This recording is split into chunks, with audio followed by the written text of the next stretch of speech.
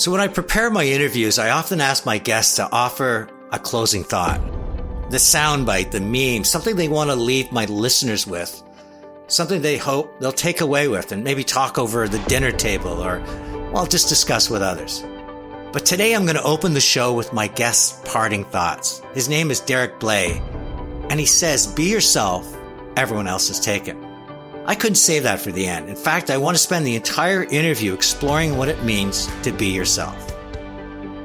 Is it even possible where we live vicariously through the images and videos presented on social media? Is it possible in so much of how we think and feel and do is being shaped by the content we absorb, we see on our screens in classrooms over the family dinner room table? Well, Derek Blais is a young man making a global mark for his creativity and his ability to solve significant problems. And not only for high-profile clients, but for societal issues. He works at Lifelong Crush. It's a Canadian agency that I hold in the highest of regards. And Derek emphasizes authenticity is a crucial part of his journey. And he taps into this tension between his Indigenous heritage and his Canadian identity and how it drives his perspective on life and work. And it wasn't until later in my life that I started feeling proud to be Indigenous. And I know that I'm, white passing. I've never really experienced racism to my face. As soon as I identify that I'm Native, it's like, whoa, there's like a shift in conversation, shift in tone. And there's another circumstance he's had to overcome is when he had a serious motorcycle accident. And that has to change the way you view and value life. What I believe you'll take away from Derek, the truth matters most, and why context and circumstances, good and bad, are what we need to face and embrace to move forward with purpose, passion, and pursuit. And on a sidebar, if you fell in love with Disney's interpretation of the movie Pocahontas, well, you might change your mind when you hear the truth. You won't be alone, as over 100 million people on the planet have heard Derek share the truth in his highly acclaimed film called Missing Matoka. When everything you have is taken from you, even your own story, all you want is the right to voice your truth, to honor your own legacy. The time has come. This is Chatter That Matters with Tony Chapman, presented by RBC. Derek Blais, welcome to Chatter That Matters. Thanks for having me, Tony. So let's begin by talking about your heritage and this sort of juxtaposition between your Indigenous roots, your Canadian identity, and how between the two, you often find your creative spark. Yeah, I think it's a fascinating background that I have in that I'm, Canadian and Indigenous. And those two things are at odds in a way at first blush. It creates this tension within myself. But I think that it's also two things that when they're brought together, it can be also seen as very positive and a very, beautiful combination of things. And how do you reconcile it? Because there has to be times where you're, we talk about being true, and yet biases take place, and what maybe people with a Canadian identity view to be true is very different than what Indigenous do. How do you find a way to navigate both and in doing so, maybe bring both more towards a middle ground where we look at each other and go, above all, we're one human race? I think of a favorite kind of quote that I've heard many times within my own Native community, which is the longest journey in life is the one between your head and your heart. And I think for me, I can kind of apply that same quote to how I feel about being Canadian and Indigenous at the same time. And so when I think about reconciling those things within me, I think about where I have been as an Indigenous person, and I look back at my family and I look back at the things that my family has been through. But I also look at the future, and in a way, the future of Canada and the future of where we are, and really try to put a very positive and forward-thinking view on what that can be. And storytelling is so much of who you are and your ability to make impact on others. And I thought it'd be a great place to start talking about some of the stories of your mother and grandmother's experience with what historians now frame as the 60s scoop. Yeah. So my mother was involved in the 60s scoop, which took place in Canada primarily in the 60s, hence the name, the 50s, but it still continues today in other ways. But there is a portion of time called the 60s scoop where my mother was forcibly removed from her birth family and placed into a non-Indigenous household. And so that's something that she's growing up with. It's something that I've grown up with, understanding, what that is factually, but over the years, really understanding what that means very emotionally for her as well, with a feeling of, abandonment and being taken away from her roots and from her original culture. And then I take a step back, one step before that, where her birth mother, or my grandmother, who I never got to meet, was forced to attend residential school just outside of London, Ontario. And so when I look at the multi-generational effect, people talk about generational trauma, these kind of things. You go from a grandmother that was forced to attend residential school. You have a mother that was taken away from her in the 60s scoop. And that makes me the first person in my family not to be forcibly taken away by the Canadian government. And that's something where we think about that duality of being Canadian and being Indigenous and having to live with those two sides of that coin. How old was your mother when she was scooped away? It was within weeks, like it was just right away at birth. It's so hard to believe that happened in our society and it was accepted. How did your mom ever reconcile the fact that there's people that are not Indigenous that are good people, given the fact that this happened to her? Across history and across society, there are evil people and there are, amazing people full of humanity. And so I think it's a ongoing journey that she's on to understand, who she is in society and she spent most of her adult life, a term that you may have heard before called re-indigenizing or decolonizing. So, spending her whole life really connecting with a side of who she is that wasn't celebrated and wasn't really spoken about. And in fact, there were many points of her upbringing where there was racism, towards her. And so for her to undo that and look at who she is as an Oneida woman, as a Native woman today, I'm so proud to be able to see her journey as she, really leans into who she is in her heart and her head.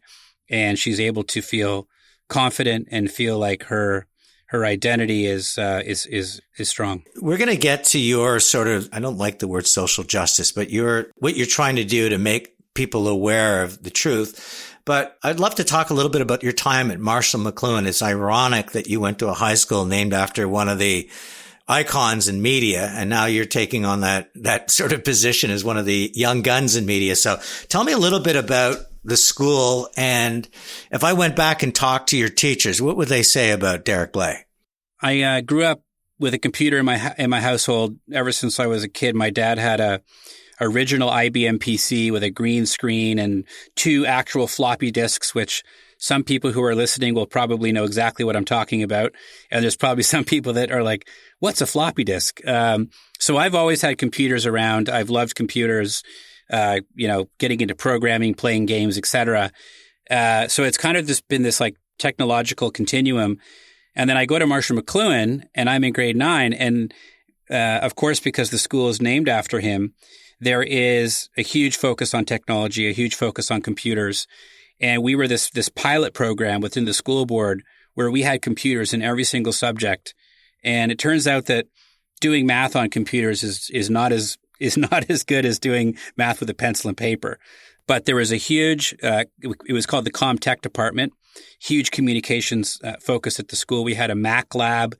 I believe Apple was a sponsor of the school. And I just fell in love with, manipulating media, playing with media, remixing media. We had nonlinear video editing was brand new. So we had, those colorful Macintosh computers with mini DV, and you could plug it in, and iMovie just came out. And so there was a real transformation on the creation side happening right when I was entering high school. And during that high school, portion of my life, I was either in the ComTech lab or I was in the cafeteria. And I actually almost failed high school because I would just spend hours and hours and hours in the Comtech lab playing around with many of the same programs that I still use today. When did you sort of make that transition from somebody that loves to consume media or just fascinated by media to someone that decided they want to be creating media? They wanted to create content that would shape how people think, feel, and behave. I've always had a pretty creative spark within me. I think during high school, it really came out where the computer was the tool to do that. And I fell in love with just kind of creating, I suppose, experiments, whether it be shooting a weird short film or doing some weird animation in After Effects or using code to animate something. And I would go home after school and I'd be on the computer until 2 a.m.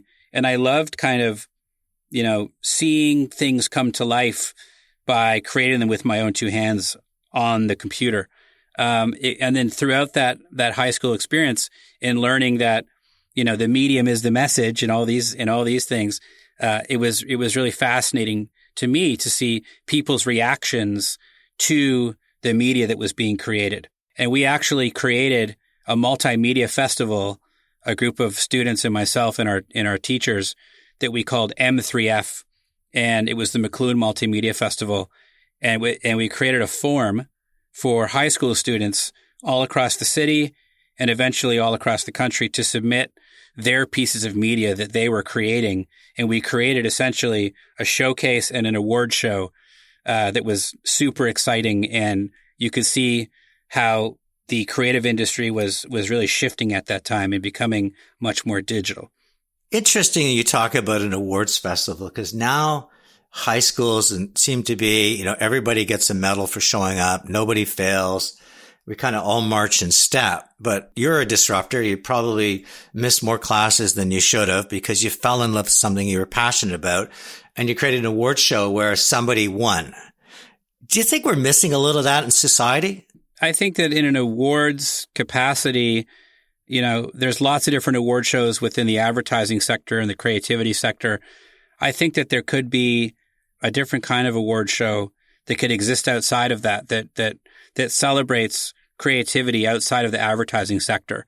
And I think that that's something that I've certainly noticed in my advertising career, that the ideas and the way that the industry is shifting, I find that there's work that is really, it's so wide and it's so much, it's part of society. It can affect societal change. It can create culture. It can comment on culture. I think that the definition of creativity is so broad now. And there's so many people who are able to participate in this new creative economy, outside of advertising and outside of media. You've got the power of what used to exist in giant rooms in the palm of your hand. You can shoot and edit video and put stuff out there on your iPhone. So, I think that creativity within a society, there's a huge opportunity for it to be celebrated in a much bigger way that is much wider and bigger than just advertising. So let's talk about advertising, because your first big job was at BBDO. For people who are not in the advertising world, that's a massive multinational agency. And I think a lot of people that are listening to this might think of advertising from the television show Mad Men, in the early 70s. But what was it like at BBDO? Because I know that the time you got there, it wasn't people drinking martinis in the middle of the afternoon. How did you cut your teeth there? How did you stand out? How did you decide, instead of, being one of many, that you would make your mark and have people realize that you were somebody to give a problem to because you could come up with a creative solution?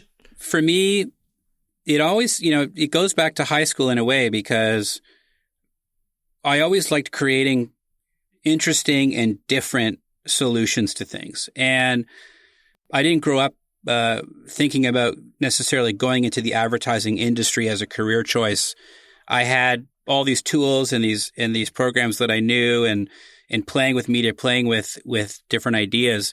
And it just so happened that, growing up digital, I entered the advertising industry through kind of a non-traditional route, which a lot of people do now, where I was programming, I was doing digital advertising, banner ads, that kind of thing, and ended up coming up that way.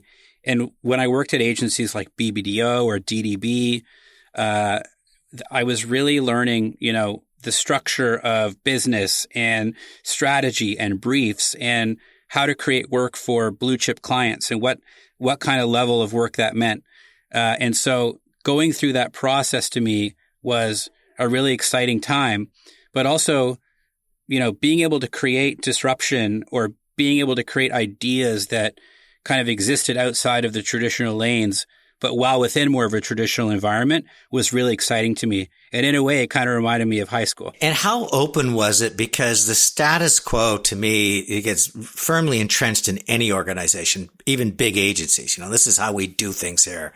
This is our process. This is what's worked for us in the past. It'll work for us in the future. Even a client having that bias.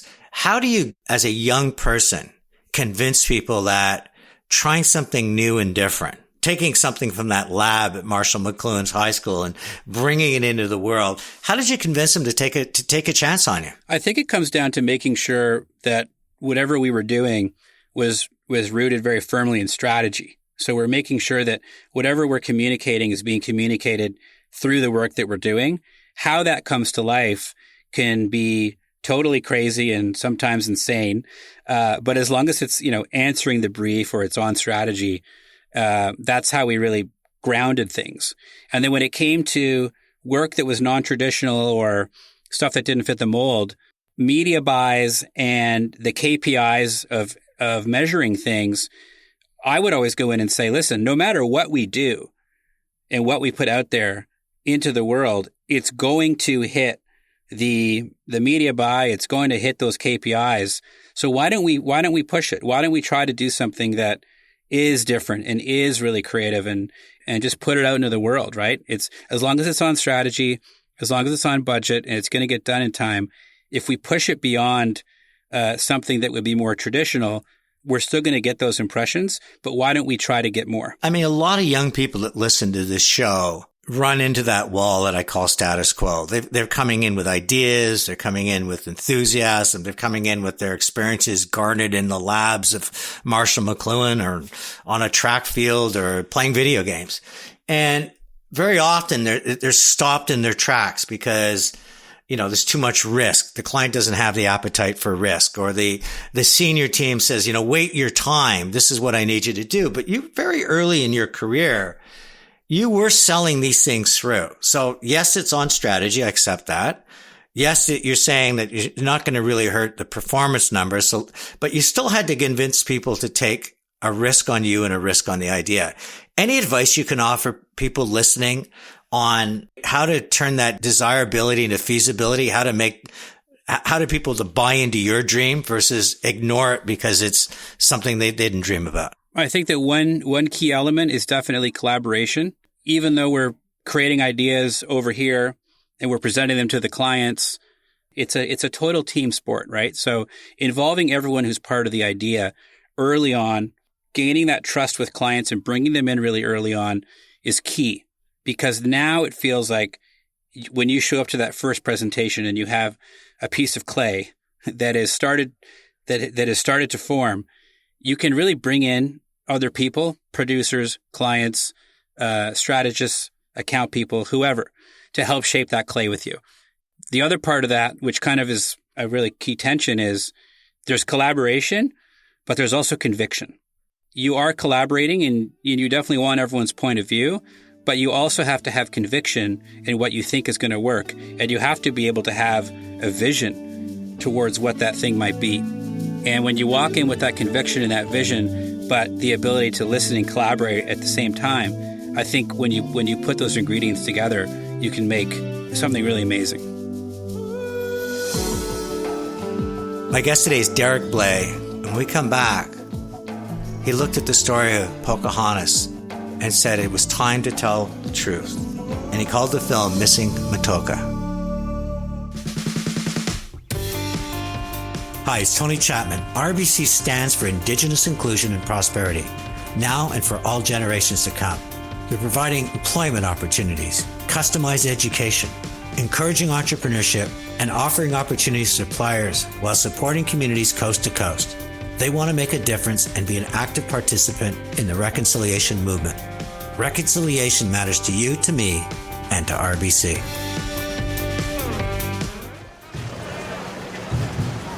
Over there, is John Smith coming? John Smith? Oh, there's a true pillager. A true pillager indeed. I heard he's a killer, he is. I didn't know you were joining us, Smith. Well, why wouldn't he? Can't murder innocent natives without him. Get ready for some signature Smith genocide. This is not a story about the power of striking love. This is not a story about glory, God, and gold, nor a romance. This is a tragic tale of a woman who was assaulted and kidnapped from her people, from her identity. My people call me Pocahontas. You're listening to Chatter That Matters with Tony Chapman, presented by RBC. My guest today is Derek Blais. He's Forbes Top 30 Under 30 award winner, garnered attention all around the world for his big ideas, his innovative and his creative ideas. But his approach to ideas and creativity, I find surprisingly humble and pragmatic. I first heard about you. In fact, the world's heard about you. You probably don't have a shelf big enough to collect the awards you won for Missing Matoka. Tell me about the project, how it came about, and why it took over society for that incredible period of time where people just suddenly realized that the truth matters, even when it comes to the way Disney tells stories. In Canada, there's a really big conversation, and there has been for a few years specifically around truth and reconciliation. And truth and reconciliation is done in this order for a reason, which is first there needs to be truth, and then there can be reconciliation. You can't have reconciliation without truth. And so we had to look at, this major issue that is surrounding missing and murdered Indigenous women and girls. And we said, how can we help? What can we do? We had done some prior work with the Chiefs of Ontario, which is a group that represents most of the First Nations within Ontario. And one of their key objectives was shifting from, 1 year it's cultural appropriation, another year it's a real focus on missing and murdered Indigenous women and girls.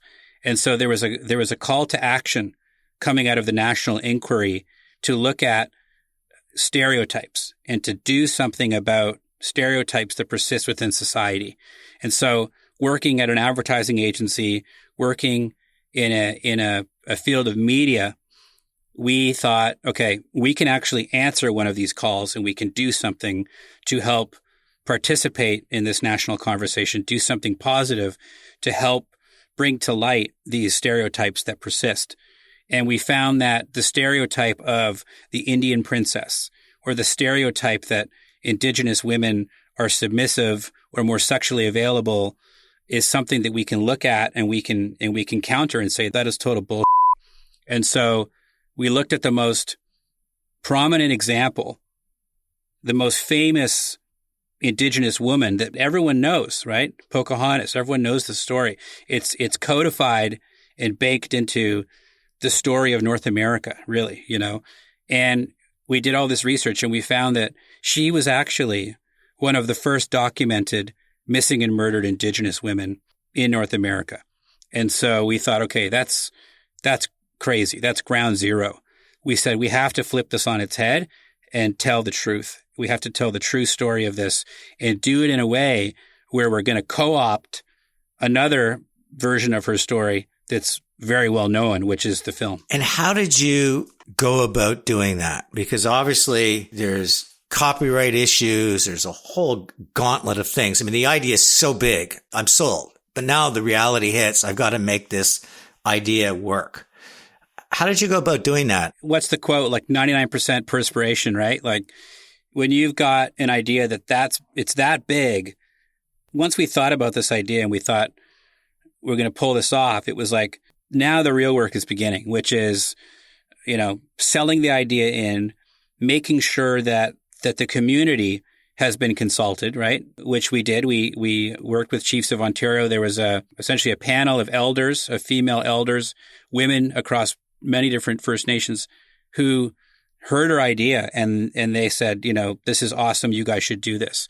And we were able to partner with Muskrat Magazine, which is an Indigenous magazine based in Ontario here, to help bring this idea out into the world and launch this idea. And what was incredible was once we had the idea, it was like, now we have to rewrite the entire script from the ground up, and we have to do it all from an Indigenous perspective. And it was actually really hard to find Indigenous screenwriters, which was actually awesome, because what it meant was all these female Indigenous screenwriters were so busy working on other projects that's great for the community. So that took a bit to find the right writers.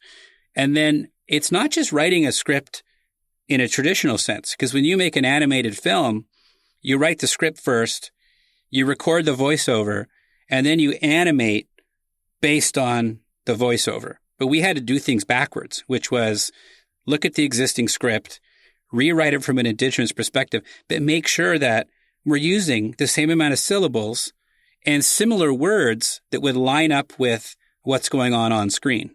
So that in itself was a crazy mental gymnastics to figure out how we're going to rewrite the script and still line it up with picture.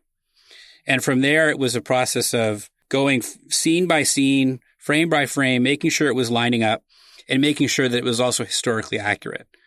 And once we had that baked in, it was then working with an incredible partner for this project, Tattoo, Sound and Music, and Steve. I'm not sure if you've ever worked with them, but they were able to, show up as allies and, give us tons of time and space to actually put this thing together, invite, Indigenous voice talent in. We even had the elder character was voiced by Dorothy, and Dorothy is a residential school survivor. And she was able to be part of this project, use her voice. And after she did her voiceover session, she told us that she's grown up her whole life being told not to speak her language and not to use her voice and to actually be quiet. And so she felt a very powerful moment that she was able to use her voice in this way. And she shared that with us after she got out of the voice, when she got out of the voice booth. And it was like everyone in the room was just tearing up to hear that even on a one-to-one level, we could have had that kind of impact for somebody. And how did the Indigenous culture respond to Missing Matoka, and how did the rest of the world look at it and view it? It's all about consultation. It's all about listening.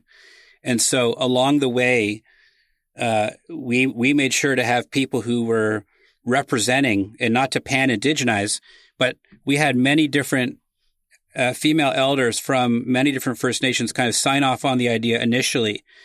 And when we went out there and launched it, we saw such an amazing flood of positive sentiment coming from both the Indigenous community and the non-Indigenous community.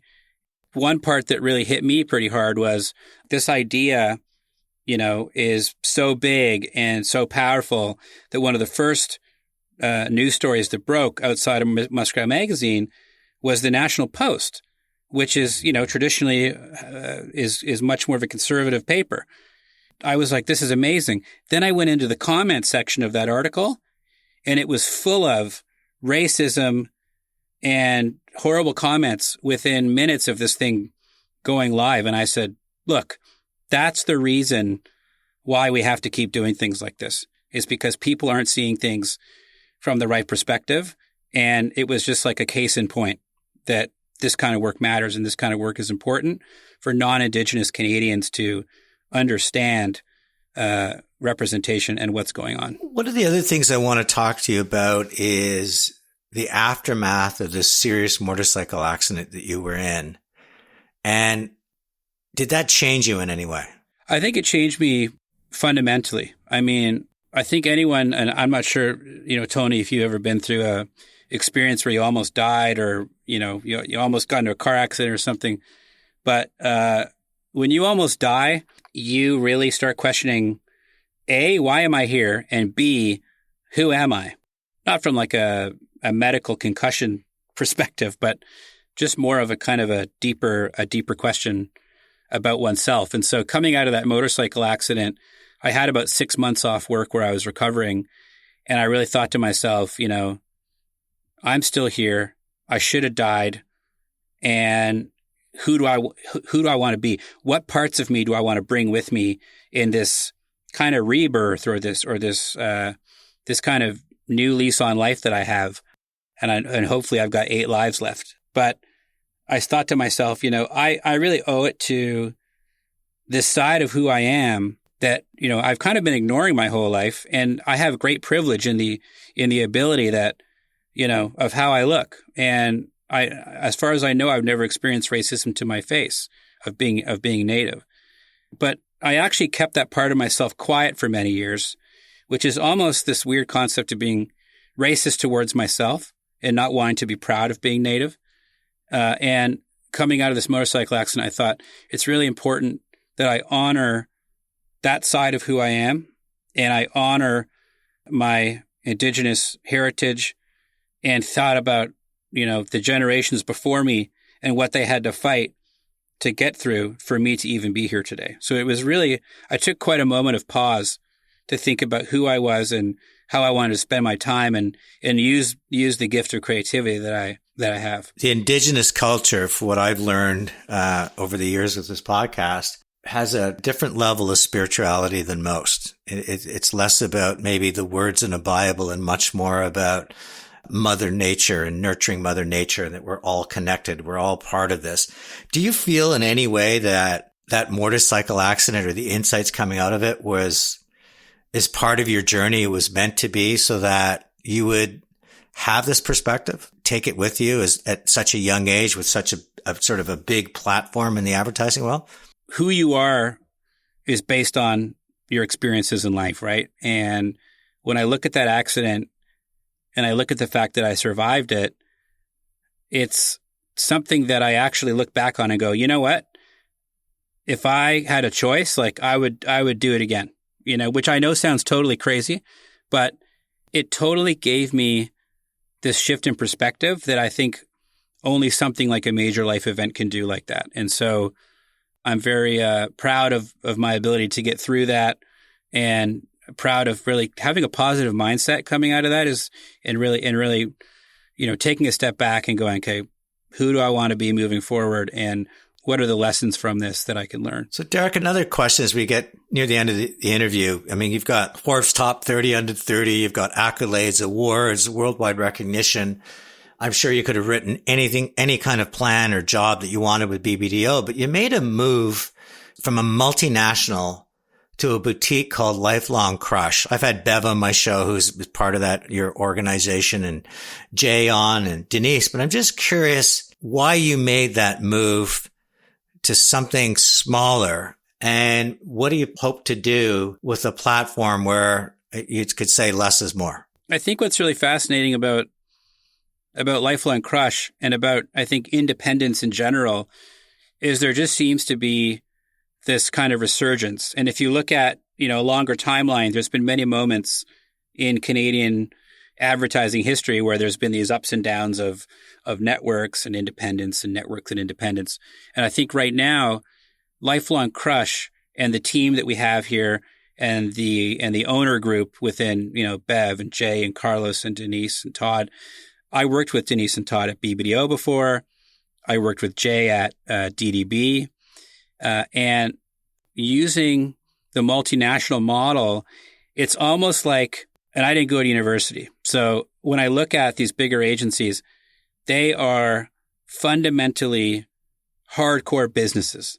That's awesome. And the things that you learn at a multinational to be more buttoned down and to work with these blue chip clients and to look at these processes, it's like an incredible, business university or a business school that you get to have a job in and actually get paid to experience, right?